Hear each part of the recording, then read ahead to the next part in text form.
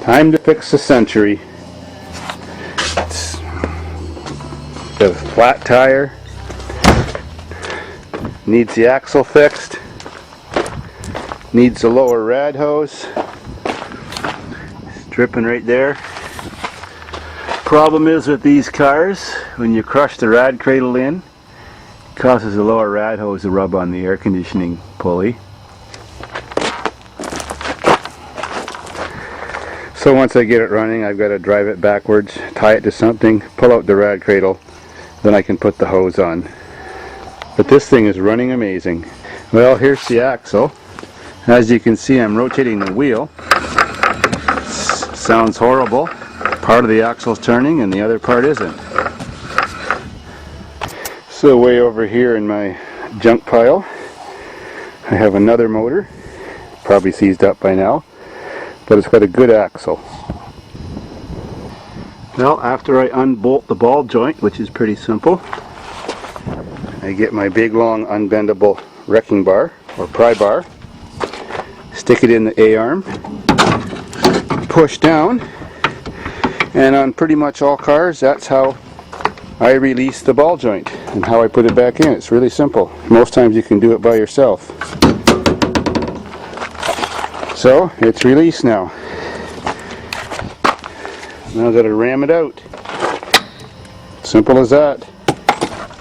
And there's what the end of a broken axle looks like, and that's what the other end looks like. So now I've got to put a new end on because my other axle isn't the right length. So there's the piece of axle that I've got to take the end off of to replace that end. Now I got that hub off by expanding that little clip there.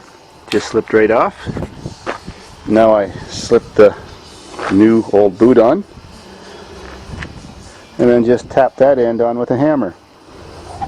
Locks right in. That's all there is to it. 5 minutes later, all done. Now we have a shortened Olds 98 axle, shortened to Buick Century size. Beautiful. Done. Now we got problems with glass in our ass. Fucking vandals busted my window out. Look at that pile of redneck diamonds. Well, someone donated one of those this week, so now we're all set. Well, I'm about to install the battery and see if she's back to life again. Done. Now the big test. Oh, glass in my ass. Sweet.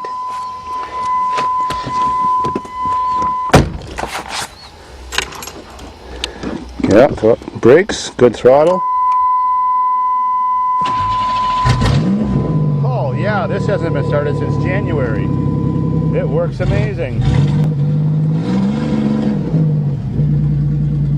Except that don't work. Ugh, pain in the ass.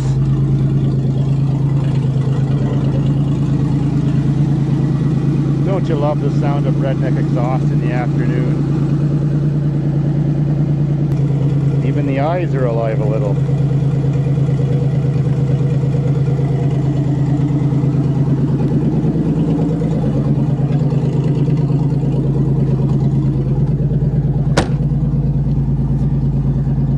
Says we got no gas. I'll use the tractor as a dead weight to yank out the rad cradle with the chain.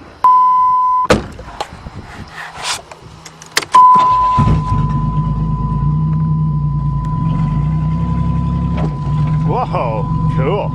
After a jerk like that, now you can see where the hose got cut into with the air conditioner and the polish mark made on the belt. I'll give her one more shot. When you convert one of these celebrities or Buick Centuries or A-body GM cars to a serious off-road machine, it's one mod you got to quickly make. That little arc piece of steel is a lower rad hose protector. Now that I've just made a joint down there and fixed my lower rad hose that rubbed against the pulley, I have to put a hose clamp on and put this on top, so when it does rub again, it's going to rub on here. No big deal. Well, even though this car looks like the current condition of the United States, all messed up I mean, it's the best working car on the farm. Well, maybe. I can't decide. Let's go for the maiden voyage of 2008. It's even got an onboard reservoir.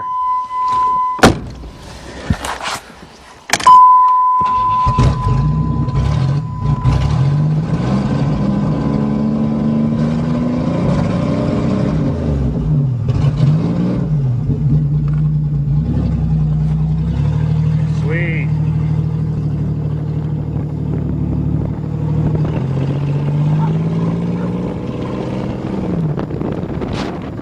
The air conditioning works great. I love the invisible windshield option.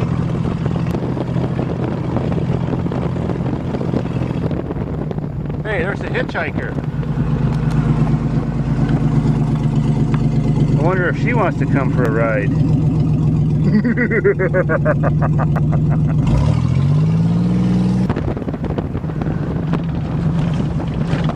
Man, these 3.3s are torque motors. They sure don't have to jam as a 3.1. Made it this far.